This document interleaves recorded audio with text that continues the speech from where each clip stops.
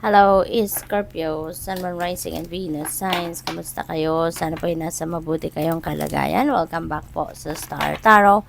Kung bago kayo rito, welcome din kayo. Thank you for your support. I truly appreciate it. God bless you all. Scorpio, paunang mensahe po ninyo, communicate clearly. Okay?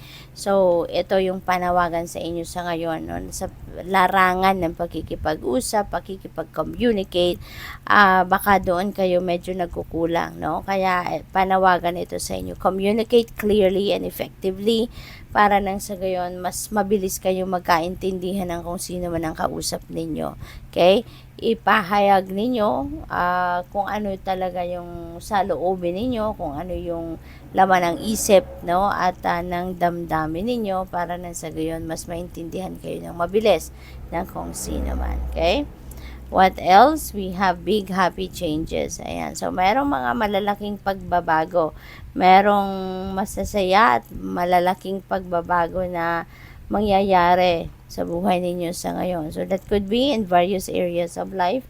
At maaari, no, na yung mga pagbabagong ito ay dulot ng inyong swerte or dulot ito ng mga achievements ninyo or accomplishments na maaring makamit ninyo sa ngayon. Kaya yun na maaring magbabago.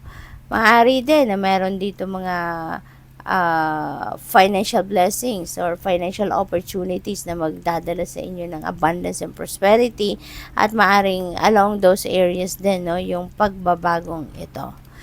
We have asked your angels. Ayan. There could be something, no, na meron kayong naguguluhan, meron kayong hindi naiintindihan. So, you may ask your angels in prayer. Pagdasal ninyo yan, hingi kayo ng tulong. Kahit anumang klaseng tulong, ano, hingi kayo ng tulong sa inyong mga angels, and for sure, no, they will send a rescue. Okay? They will send you somebody to help you out. Okay? What else? We have, yes. Ayan. So, napakaganda kasi this could mean different things. Pwedeng non-negotiable na to eh. So, definitely, ano na to, yes, na go na, go na. So, pwedeng humihingi kayo rito ng go signal or humihingi kayo ng confirmation, no, from the divine universe. So, pwedeng ang sagot sa inyo, it's a yes. Pwede rin na merong magsasabi sa inyo ng yes. Pwede rin naman na kayo yung magsasabi ng yes to someone. So, possible din yon, no? So, definitely, this is parang go signal na sige na, oo, tama, nasa tamang daan ka, tama ang inyong decision. So, pwedeng ganun ang ganap dyan, no? So, good luck. What else for Scorpio? We have spiritual warrior. Ayan. Show you are a wise leader, command the universe. Ayan. So, siguro, no, ang iba sa inyo baka magiging manager na. Maybe you will be promoted to a leadership role. You will be promoted to be a supervisor, a lead, maaring gano'n, ano? And, pwede rin, ano, na ang iba sa inyo baka magiging padre de pamilya na or magiging madre de pamilya na. You are going to lead your family. So, pwedeng ganun din ang ganap. Kaya siguro, ang panawagan sa inyo dito, communicate clearly kasi lalo-lalo na kung ikaw ay isang manager na, ikaw ay namumuno ng isang departamento or namumuno ka ng isang kumpanya or namumuno ka ng isang institusyon, organisasyon, yung gano'n. So, napaka-importante talaga na nai-express mo kung ano yung ibig mong sabihin. Importante na marunong kang makipag-communicate. You have that communication skills to convey kung ano man ang mga impormasyon na dapat ninyong i-convey. What else? We have ascension lift. Prepare for rapid spiritual growth.